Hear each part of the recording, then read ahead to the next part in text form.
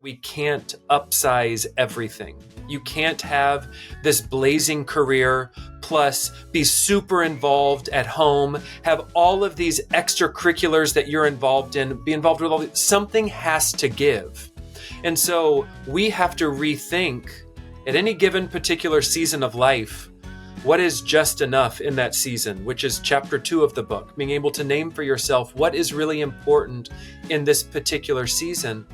And then be really ruthless with the decluttering so that you can make what it is, and so that you can actually make space for what it is that you really value and think is important. Hey there, friends. Welcome back. You're listening to the Healthy Parenting Handbook podcast, just the thing we said we all needed when we first became parents. Do you remember that feeling like, where is the handbook for this? I'm your host, Katie Kimball from Kids Cook Real Food, and I bring together experts in the fields of health, parenting, nutrition, and more to help you, parents who truly want to raise healthy, independent kids, get the information you need. My friends, I truly believe parenting is the toughest and yet most rewarding job in the world. Thank you for joining me to consult this Healthy Parenting Handbook, your guide to raising kids intentionally. My guest today basically is publishing the handbook for tidying. We get to talk with Tyler Moore, also known as Tidy Dad on Instagram. And I'm telling you what, you guys, this guy is the most balanced, deep thinker. He's sort of the everyman who makes it feel like we're just like him. And yet he does these things like trying stand-up comedy and doing a triathlon and living in a New York City 700 some square foot apartment with 3 daughters. He does things that are just out of sort of the mainstream. And I think people love watching him. They love listening to his thoughts. They love watching him clean, which is so fun. And in this interview, we talk all about Tyler's new book, Tidy Up Your Life, which will be in pre-order when we publish this. So go order the pre-order copy so you can help him out. Tidy Up Your Life. This is such a great conversation. I cannot wait to tell you the story of how Tyler and I met. That's coming up right away. All right, friends, I am excited about this one. Tyler Moore of Tidy Dad. I feel like I've known him forever. Anyone who follows him on Instagram, you probably feel like you know him too, but I get to chat with him today. Thank you for being here, Tyler.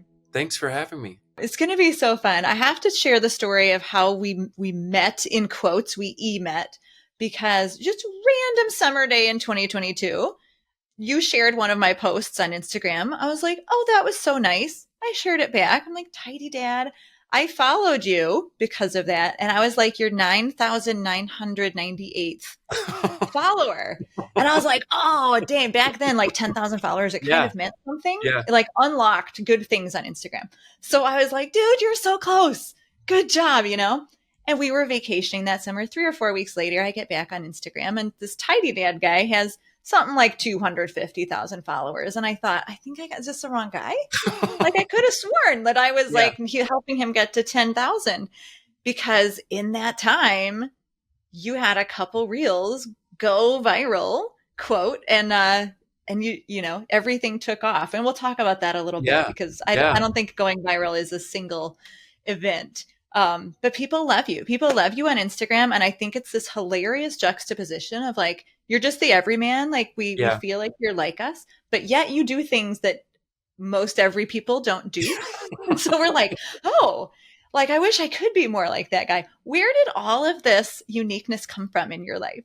Yeah. So no, thanks. And it's funny to recount that story because I've been slogging away as Tidy Dad since 2019. And some of where it started was I felt like our story of, having all of these kids. I have 3 daughters, having these daughters in New York City, trying to live in this small 750 square foot apartment while also trying to balance work and home and also just trying to feel like a human. I really felt like from a storytelling standpoint, there were just a lot of stories that were missing, that I feel like a lot of what I saw on Instagram, what I read in a lot of books was, especially with decluttering, it was this idea that it's sort of this like one and done process, that like you edit all of your stuff and then you just sort of work to maintain it. And that was not the reality of my wife with our 3 kids, that if you live with, little ones, you know that they're always growing and changing. There are so many interests that they have. Their sizes, they're constantly growing. And so we always had this new influx of things coming in. We had to develop all of these different like systems and routines for what to do with it all. But we also had so many friends that we were losing to the suburbs. And I say that because, in New York City, when your kids turn 3, it's almost as if you stop seeing all of those friends at the park. They all have shifted to move into the suburbs. They now have these monstrous commutes back and forth, but that is what is normal. What seemed to not be normal was choosing to live in a small apartment. Even though we had increased in numbers with our daughters, we didn't increase square footage. And so that's what seemed to stop people. And we got so many questions. And so that's really what prompted Tidy Dad all these years ago. Was I felt like I had a story to tell, and selfishly, I wanted to inspire my friends to stop moving to the suburbs, unless it's not to knock the suburbs, because the suburbs are wonderful places and everybody gets to choose, where they live, the type of house they want, the square footage that they're comfortable with. But I just heard from so many people that they were like, we would love to stay, and the but was like, but our apartment's too small. Or like, but we have all this stuff. And I just never wanted our own decisions to be based off of square footage or the accumulation of material possessions. And so as Tidy Dad, I was like, maybe I can speak into this a little bit. And the message just did like start to resonate with people. It's true. I mean, people love seeing that tiny apartment living, because for most of us, it's Yeah. different than our lived experience. People love watching you clean. I think it's probably like hypnotic. I don't completely understand Yes. it, but I do it too. I'm like, Yes. there goes Tyler. He's cleaning his baseboards and I'm watching it. No, and that's what prompted people initially, those reels that went viral. I feel like in 2022, we were just coming out of that like lived experience of COVID, and the world was beginning to reopen again. But yet, as the world was reopening, cleaning was on everyone's mind, because we wanted to maintain cleanliness in our spaces. We were now going back out into the world. Our kids were going back into school. And so now there were all these new questions of like, okay, how are we going to balance work and home and kids all again? Because for a few years, not to say that it was simpler, but like we just didn't go anywhere. And so I do feel like Tidy Dad sort of started to step in at that time when people were once again trying to figure out, okay, how am I going to make all of this work? Because it's one of the things, we'll obviously get into my book, but like I have a chapter 5, which is titled Stop Doing All the Work and Tidy Up Your Life, because there's work inside of the home. There's work outside of the home. Whether you're professionally going into a workplace or you're at home raising kids or you're homeschooling and you're developing all of the curriculum, like work is work, and everybody's trying to balance all of these competing priorities at the same time, while again, just trying to feel human at the end of the day and feeling like they have a little bit of time for their self, even though that feels very elusive. But I do feel like Tidy Dad was able to sort of step in and offer some realistic, practical tips, because I'm in the thick of it too, just like everyone else. That historical perspective is interesting, that it's what people were craving at that time for sure. And one thing you do, Tyler, so well is balance everything out. And you just started alluding to it with all the ways that we work. And you also balance the fact that cleaning and tidying are very different, right? We watch you clean. Yeah. But you teach us a lot about tidying. Your book's called Tidy Up Your Life, not Tidy Up Your House. There's a reason for that. Yeah. Do you mind sharing the story of how you learned the beauty of tidying? Yeah. So, I do feel like growing up, people always ask, they were like, as a kid, like, was your room tidy? Was it organized? Is this just something that was like inherently who you were?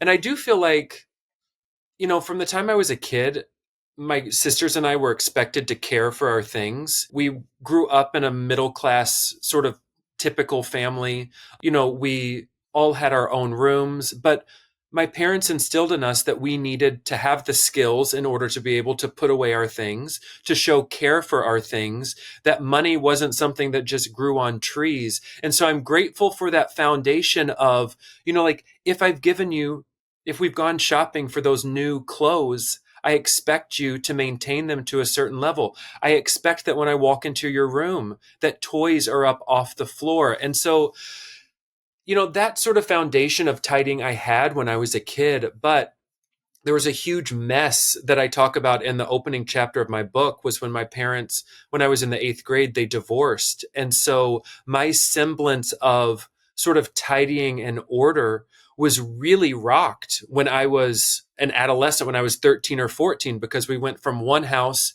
to two. And I was suddenly tasked with maintaining what was where, knowing what was at mom's house, what was dad's house. We were going back and forth. I'm grateful that we had two wonderful homes that we, were able to go back and forth between, but that's a lot for a kid. And so I remember that for me, tidying was something that helped to eliminate stress, because when I knew where my things were, I felt a little bit safer and almost a little bit more like I had a little bit more control. And so my strategies for tidiness really worked until we had a 2-year-old and a 7-month-old at home. And there's nothing like early parenthood and all of that exhaustion to just sort of implode life. And so at the time, we had upsized the number of children in our apartment. I had also upsized my career. So I had transitioned from being a teacher to now being a school administrator. I followed that path that everyone tells us, which is the way in which you show that you're successful is you've got to have more positional power. You have to work more hours. You have to have more responsibilities. You have to tell people, oh, sorry, I can't do that on Saturday because I'm, preparing for that big thing coming up. That there's this like status symbol that comes with all of this extra work. And so the other aspect of tidying that I explore, which you mentioned with Tidy Up Your Life, is that there is a huge correlation between mental clutter and physical clutter. And so when I say that those strategies for like the tidiness at home sort of imploded, also my mental health sort of imploded. And I really had to step back.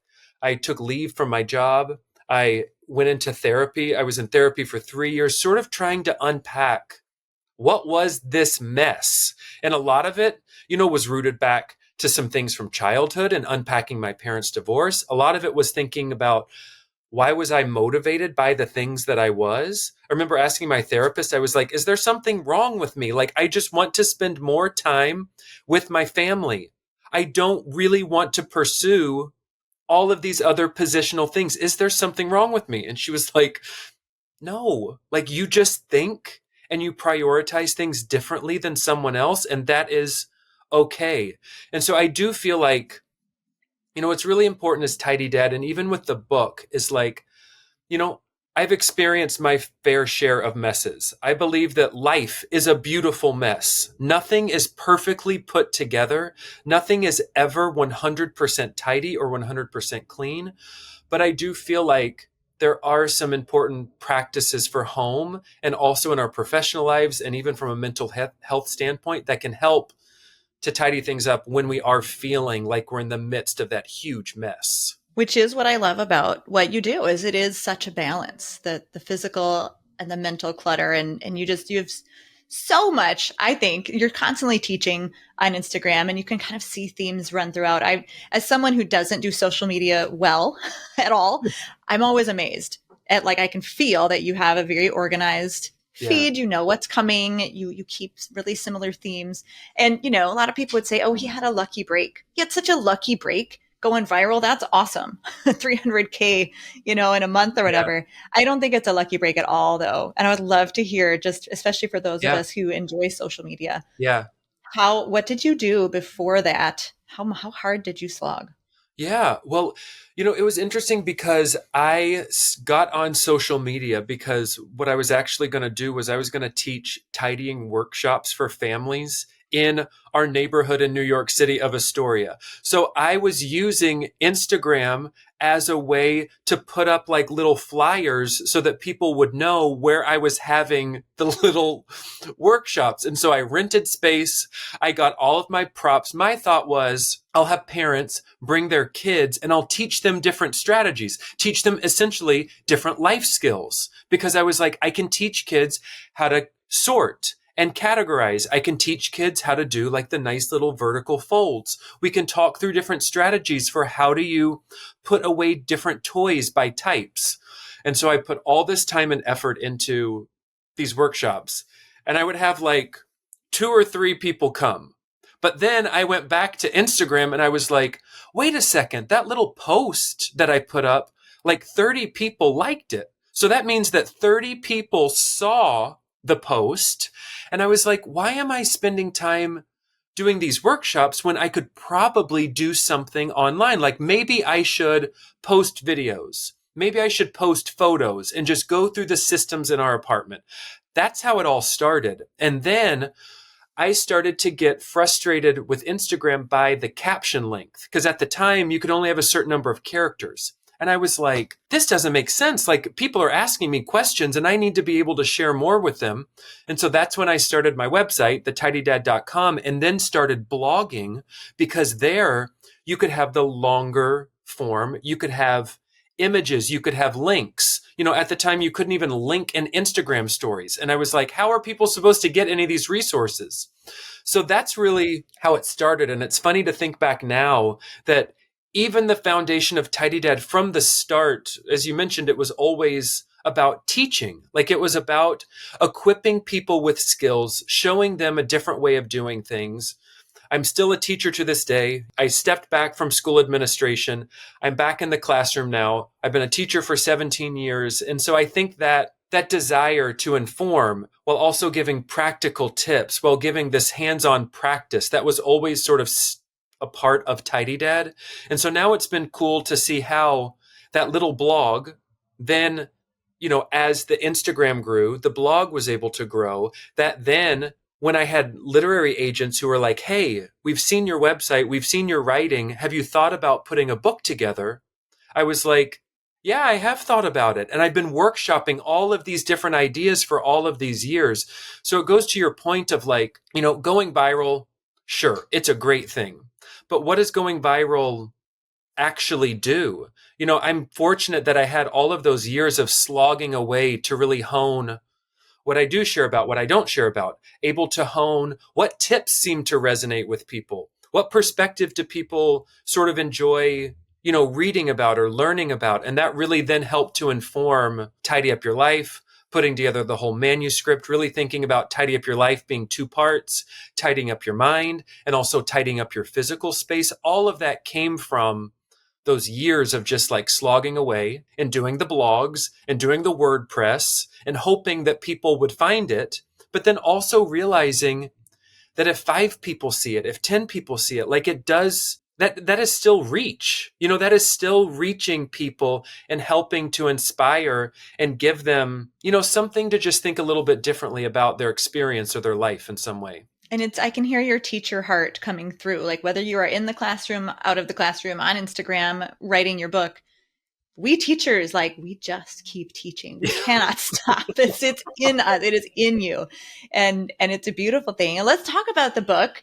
The title is Tidy Up Your Life, with a nice long subtitle, Rethinking How to Organize, Declutter, and Make Space for What Matters Most. To unpack the word rethinking. That was really important because, you know, along our tidying journey, I've read a lot of different books. And there's some really wonderful resources out there. But one of the things that I kept coming back to when thinking about our own tidying journey was this idea of rethinking. And oftentimes our spaces can feel like a puzzle.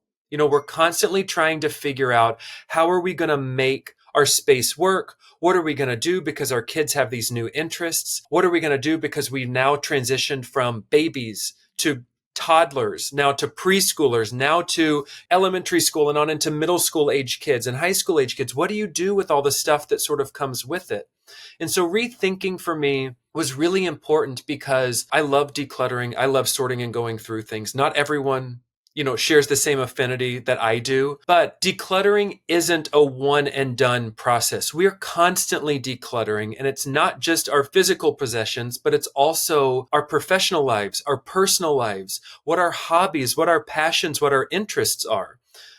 A line from the book is that we can't upsize everything. You can't have this blazing career plus be super involved at home, have all of these extracurriculars that you're involved in, be involved with something has to give. And so we have to rethink at any given particular season of life, what is just enough in that season, which is chapter 2 of the book, being able to name for yourself what is really important in this particular season, and then be really ruthless with the decluttering so that you can make what it is, and so that you can actually make space for what it is that you really value and think is important. So rethinking, it's not just physical clutter, but it's also mental clutter. And I hope that people get from this book a practical guide for, in any particular season of life, like how do you sort of navigate the mess that you may be experiencing. Which again, that theory of just enough, the value of just enough, like I've seen that over and over on your Instagram. And I do think that's something people appreciate about you because it is a little rare. We live in a culture of excess, Yeah. which is the opposite of just enough. Yeah. And people see that and it looks attractive because you're balancing it all and you're being very honest that you're sometimes in survival mode instead of, just jamming right along. Yeah. But people really like that about you. And okay, Mr. Moore, the teacher, let's do a little teaching. What are one or two of those super practical hacks that people just go gaga over? So one is, we were talking about cleaning a little bit. I do feel like my weekday cleaning sort of checklist that I have is just something that has really helped transform how people think about cleaning. When I was a kid, I grew up in a household where Saturday morning was like, we clean the house from top to bottom. I tried that, when I had little kids, but one of my jokes is that if you can do anything for a sustained period of time when you have young children, you are not going to choose to clean your house. Like if you have 2 or 3 hours where someone is watching your kids and you're just able to go through, why would you choose cleaning? So I, established this routine where I'm cleaning one area of the house each weekday. It's the classic example of you take a task that you feel is super overwhelming, and then you try to figure out, how do I break it up into manageable parts? And so for some people, cleaning one area of the house each weekday just helps to make things feel more manageable. I clean to a timer. That's another strategy that really helps, which is just that idea of a focused work burst, which I use it with my students all the time, that it's like, we have a 15-minute timer up. We're working as hard as we can, showing all of our great stamina for this 15 minutes. And then you celebrate when that timer goes off. And for people with household tasks, that can help so much too. And so that's a couple there that it's take whatever may be overwhelming, figure out how you can break it up into smaller parts. And then you can train yourself on how do you transfer similar skills or levels of thinking to other things that feel really overwhelming, like meal planning, like doing laundry, like getting your kids to actually fold and put away their clothes, like managing some sort of homeschool curriculum or even your kids' homework when they get home. I also recently, it was back in the spring, I put my daughters through something called shower school because I was like, girls, you have to learn the mechanics of what do you do when you take a shower? Because the classic example is that as parents all the time we're we have to get out the door, go get ready.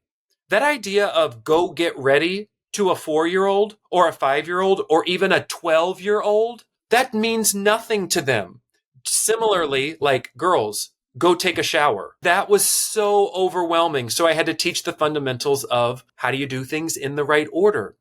What do you start with? How do you shampoo your hair? How do you condition your hair? How do you wash your face? What do you do with the wash rag when when you're finished? What do you do with the towel? And when you start to think about household routines and all of the different steps that make it up, there's power in then being able to break it down, make it manageable, and sort of coach into that work again, being able to actually be accomplished. It's starting to smell good in here. Sorry, just Katie interrupting Katie. Why is it smelling so good in here? Because one of my kids is beginning to make dinner while I'm in the office recording a podcast. How cool is that? Did you know that Kids Cook Real Food is an e-course teaching kids basic cooking skills to fill their toolbox, kids ages 2 and up, all the way to teens? I'm so honored that the Wall Street Journal named Kids Cook Real Food the best online cooking class for kids back in 2020. I believe it still is. We do a really good job serving all age groups and skill levels, and this is designed for families to use at their own pace in your own home. How about we start with knife skills? Knife skills are definitely the way to unlock the produce section and make it possible to cook and eat true healthy food. I would love to give you my 10-minute knife skills and safety class completely free. Go to kidscookrealfood.com/HPH knife. That's HPH for Healthy Parenting Handbook knife. There you can sign up for this course. You can take it completely free, try it out with all of your kids. And we invite you to join us in our big e-course with over 45 videos and 30 skills that your kids can learn. Once again, for that free knife skills class, go to kidscookrealfood.com/HPH knife. Now let's get back to the show. Good stuff. It's good teacher. So I heard your teacher voice in the middle there, especially when you talked about all our best stamina. I'm like, oh, that is so how you sound in the classroom. But I love that too, because that's what I teach at Kids Cook Real Food is take cooking and break it down into the smallest possible steps, both for our mental load as adults and because kids need it because they don't get the big concepts. They haven't done it before. And yes, your practical advice, just the set a timer, the hooks on the shower rod, the towel rod. Everybody loves those. You're so funny about that one. Yes. And that's what's fun about the second half of the book is that this idea of tidy up your space, we actually move room by room. And so we work through the bedrooms, shared spaces, the bathroom. And one of the strategies that I talk about is this idea of zoning. Like every room really does need zones that are established. And so when you're thinking about the kitchen, for example, it's like, where is your prep zone? Where is your putting away zone? Where is your cleanup zone? If you want your kids to be able to get themselves a glass of water or fill up their water bottle, then you also need to have a kid zone where the water bottles are on their level, where they're able to pull out what they need to then go fill it up. That it's like we want, and I know from all of your work, it's like independence is something that we want to equip our kids with. We want them to leave our homes someday, even though it's sad to think about. What's more sad is to send them out into the world without any skills for how to care for themselves or what to do when they're in their first apartment. I even chronicle in the book this story of this roommate that she was so ticked off at her other roommate because they were trying to divvy up responsibilities and they would, each week it would rotate, like who's responsible for cleaning the kitchen, who's responsible for cleaning the bathroom. And she was like, I had this adult roommate who did not know how to clean the bathroom. And so it was frustrating to me because it was her week, but yet I was then trying to figure out, should I just go and clean behind her? Or should I confront her and tell her about this?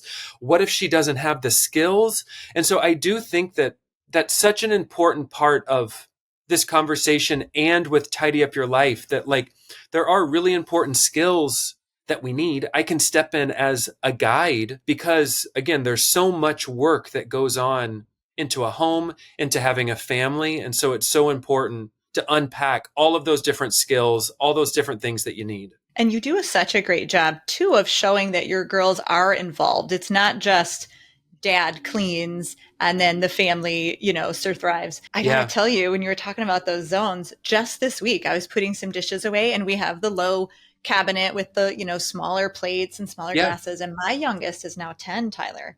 And he has announced that he can reach the bottom shelf of the upper cupboards. And my throat caught. I had this sudden thought, like, we will not need this kid cupboard down low for very much longer.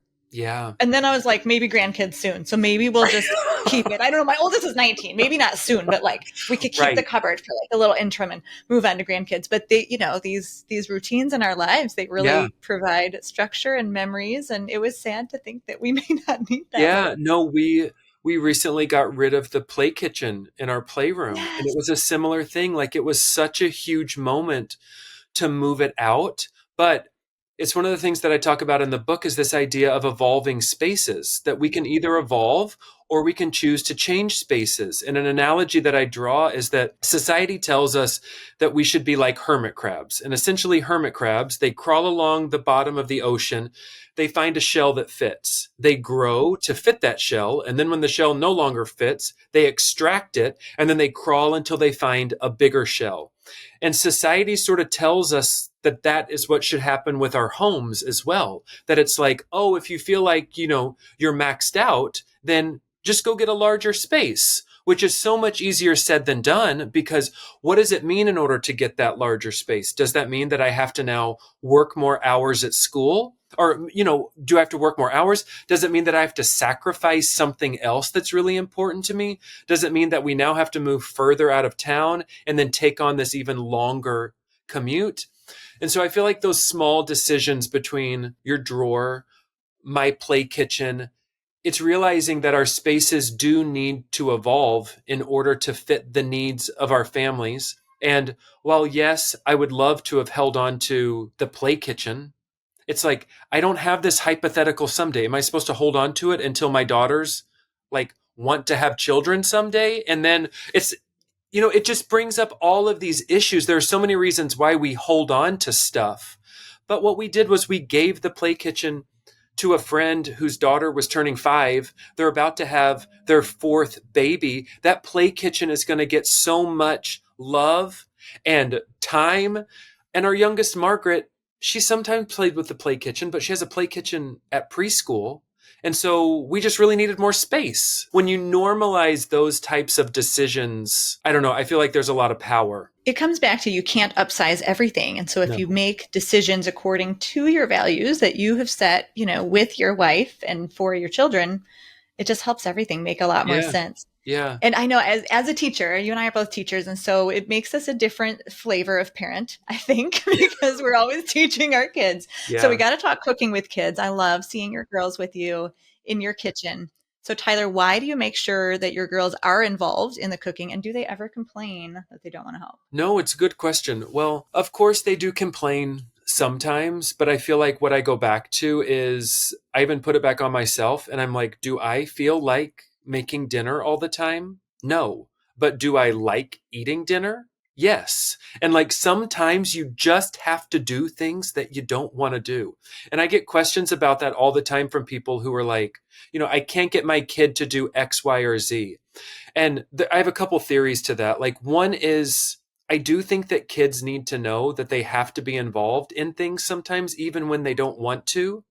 And sometimes when kids appear to be really frustrated or overwhelmed by a task, that's often a result of us making demands of them that they're just not quite ready for. That when you think about that developmental progression, even with laundry, you can't just say, hey, kids, go fold your laundry if you've never taught them, well, how do you sort clothes? How do you put things together by category? How do you fold socks versus underwear versus shorts versus shirts? They're all sort of different. And so I feel like in the kitchen, what we've always tried to do is from the time that the girls were young, it's involve them in things that kids really love to do. Kids love washing fruits and vegetables. Kids love having the little kid-friendly knives or cookie cutters where they're able to cut out little shapes from the different, cucumbers or carrots or different things. There are steps like pouring, different things in using the measuring cups or measuring spoons. Those are all real life applicable sort of skills, even thinking about fraction work of knowing the difference between a whole cup versus half a cup. All of those skills are so important for life. And we just love, with the girls in the kitchen, do they sometimes make more of a mess? Yes. But as we start to see some of those dividends, my oldest, she's able to say, I was making eggs. I was going to make the girls eggs yesterday because school was out. I was putting in the cinnamon rolls and my daughter walked over and she was like, can I make the eggs? I'll make them how everybody likes them. And I was like, absolutely, you do that. So she's starting to see that just offering help is so cool. And then I was able to heap the praise, which is thank you, Mabel, because now that you're doing this, that means that I'm going to be able to do X, Y, or Z. That's amazing. Such a great story. And when we set up the right systems, when the environment is the right feel for kids to develop and do things in small chunks, they do want to help more often than not. You're creating an environment where she knows how to help, and she Yeah. knows that service is part of your family values. And I also see that you definitely avoid entitling your kids, right? Like, you let them be bored at your haircuts. You have Yes. screen-free Yes. mornings. I Yes. just saw them packing their own Yes. luggage. I was cheering that on. But what are your best tips for parents who just aren't sure how to start with like the life skills and the chores for their kids? I think that there are a couple things. I think that sometimes, one, you can think through for yourself as a parent, like, what's a real pain point for me? And thinking about laundry, for example, every parent out there knows that they have tons of laundry constantly to wash, but it's also a lot to fold and to put away. And then the cycle just repeats. And so for us, a few years ago with laundry in particular, I felt like because we always have to carry it over to our laundromat, we're always doing like 8 loads at once. I'm thankful for our huge capacity washing machine, but that's then a ton of laundry to fold. And so the pain point was the laundry would just like sit clean in the bag like for the whole week. And we were like, what are we doing? Like, why is this laundry? Why has it not been folded and put away? So my wife and I, we were like, okay, what if we just watch a show and like, we'll just sort it and do it. And that helped for a little bit. But then we were like, but what actually are our daughters learning from this? And it's so much easier, even just with sorting laundry. It is so much easier when 5 hands are sorting clothes. And it was so, and then that's how we started. So everybody would sort, and then my wife and I would fold, but just identifying that one skill that the girls could take on, that helped to alleviate that other stress. And so I do feel like for parents, you got to identify what are some of your pain points and then think about, and again, this is going back to chapter 5 of the book. With work, we have a few options. So 1, we can share responsibilities. 2, we can outsource responsibilities. Or 3, we can just eliminate the responsibility altogether. And the joke that I give with eliminating responsibilities is when I was a kid, my parents divorced. We then had 2 yards that my sisters and I had to help with yard work, because we had moms and dads. So when I became an adult, I was like, I'm not doing yard work. So I'm going to move to the largest city in America. And Central Park is now my backyard and I don't have to worry about it. So that's an example. Like, I eliminated that work. But having the girls help with the sorting and the folding of laundry, that's an idea of sharing the responsibility. And again, our kids have beautiful, wonderful childhoods. They have so much time to play and read and to be imaginative. But when I think about, sort of the flow of the week, there does need to be some of that work that takes place inside of the home. Because what is the alternative? That my wife and I are doing it all the time and we don't have space on the weekend for adventures, and going back to independence, that the girls then don't move into adulthood knowing what to do. Because we know we went to college with all of those people who had never used a washing machine before, or knew how to fold and put things away, or didn't know how to take out the trash. Like my first roommate he would chuck the stuff across the room. And I was like, who do you think is taking this out all the time? Like, I've taken it out. So I had to make separate trash cans with him. I was like, by the way, that's my trash can. This is yours. I'm going to take out my trash can and you can take out that one. He never did. I got a new roommate, but Yeah, eliminate that one. so anyway. Goodness. I know it is motivating as a parent to think, I don't want my kid to be the college roommate who is frustrating their roommate. And also, it doesn't feel good to be incompetent.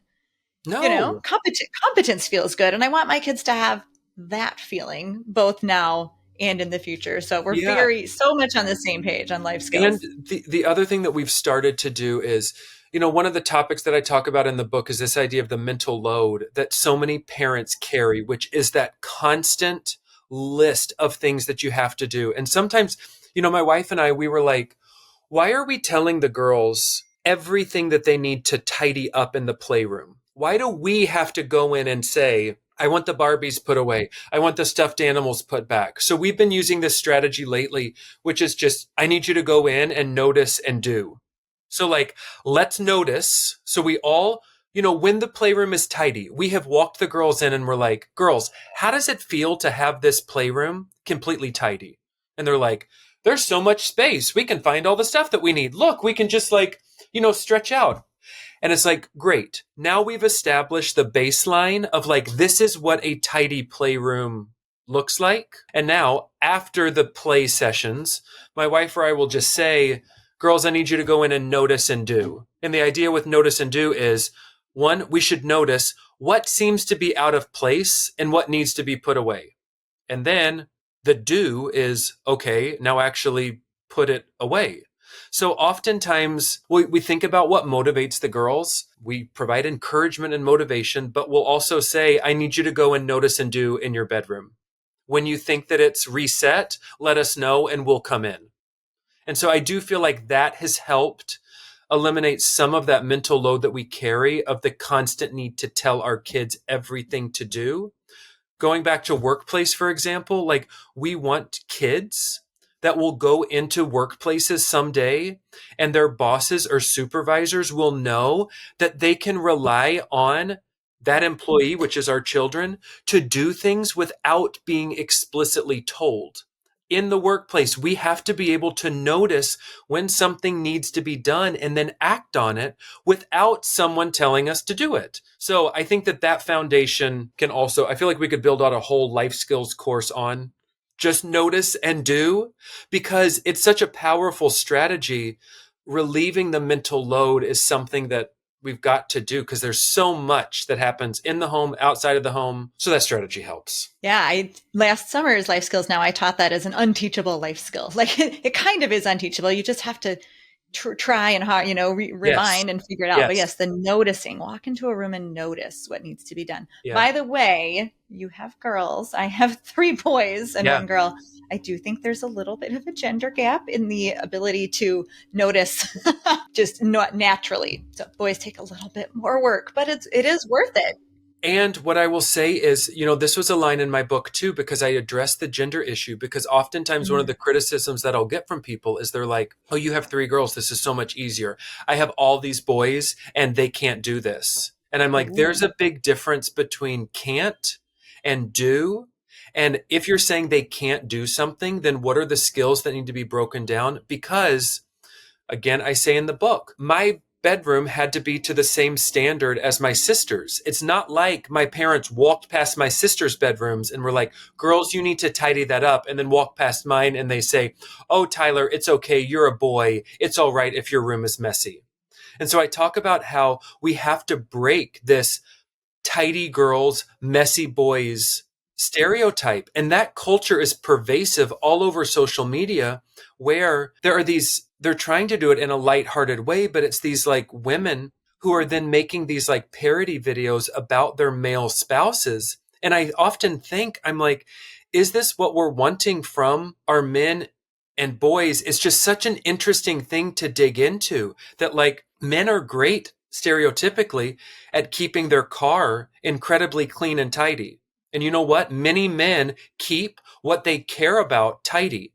Why can't those skills be transferred to the bathroom, to their side of the vanity, to the kitchen? Like, why is it that women are just expected to take care of all these things, but yet we sometimes give this pass? And so I've noticed it too, even with your older son, with the videos that he creates and the things that he's able to do. It's not saying that everything has to be balanced within a home, that there are different seasons of life where things look different. But in the relationship between my wife and I, the work that we take on, we don't really draw lines based on gender. It's based off of what takes more mental energy, what takes more physical energy. Sometimes I'm exhausted mentally from school because I've had children talking to me all day long. And so I'm like, yes, please let me cook dinner. Yes, I will wash all of these dishes. You, to Emily, I'm like, will you do homework with the girls? Will you look at the bills? Like, so that, we've had to learn, how do we draw, these sort of like lines based off of mental energy, physical energy. There's so much that goes into it. Yeah, it's such a nice balance. And I think that is another piece that people love about your personality is that you are a deep thinker, and you're not going to just let people throw a stereotype at you. And I'm thankful I said it right. Not that my boys can't, but that it's harder. The Yeah. And noticing is harder for them. yeah, no, but I think that there are so many differences, and sometimes it can be less about gender and just more about personality. That between my three children, there there are so many differences between them, and I can give one direction to one girl, and then the other girl with like the notice and do. That with my middle, I'm like, okay, I need you to go notice and do in the bedroom, and I walk in, and she's like doing cartwheels and flips, and I'm like, that is not what that is not what I asked you to do, So I do feel like, yeah, there's such a difference between not knowing how to do something, and I don't think that not knowing how to do something isn't an excuse. You equip so many people with different life skills, and you have all these people who present on these different topics.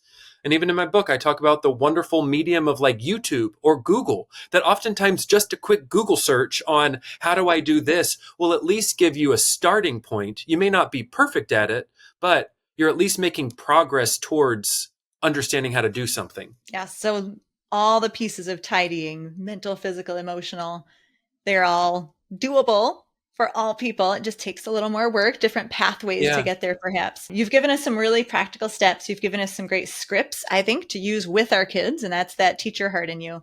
So I kind of want to end with the heart Yeah. and giving parents hope by telling us this.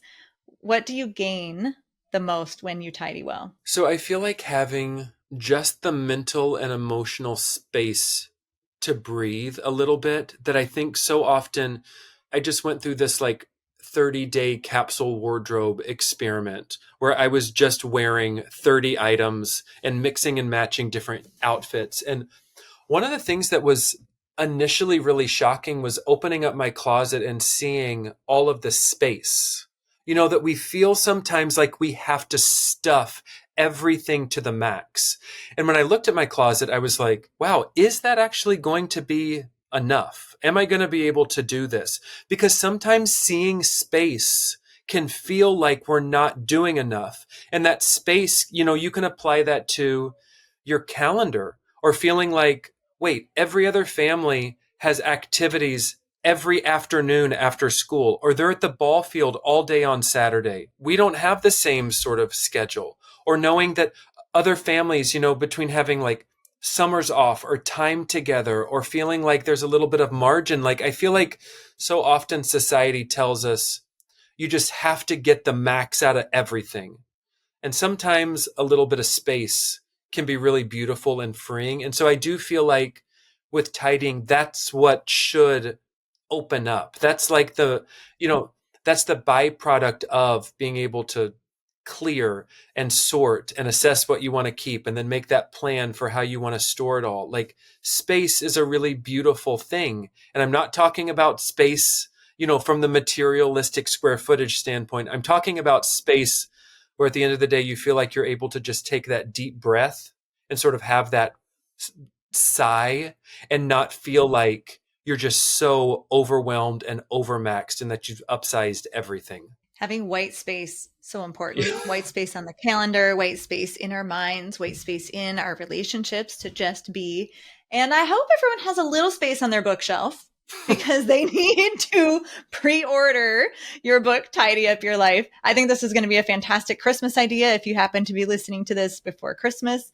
It's a spring break book. It's a book for everyone, right? Where should we go to find Tidy Up Your Life? Yeah, so you can always go to thetidydad.com/book. It's also available wherever books are sold. I read the audiobook, which was really fun. I got to go into the studio and record. And so I do think that this is one of those great books that you can like listen to sort of podcast style, but like as you're washing dishes, as you're going throughout your day, and then really use that second half of the book as a resource. People who have had the book, they're like, this was really great because like on bedroom day, as I was sort of sorting through things, I just put on the audiobook and I like listened to your stories and got the tips and advice. So that's another sort of option, that audiobooks are wonderful too. So good. If you love Tyler and Tidy Dad like I do, first of all, I hope you're listening to this before the book publishes, because pre-orders are so important. I want to see you on all the bestseller lists, Tyler. We just want to make publish day an incredible day for you. And I hope you take a day off Thanks. school on that day to just rest and sit.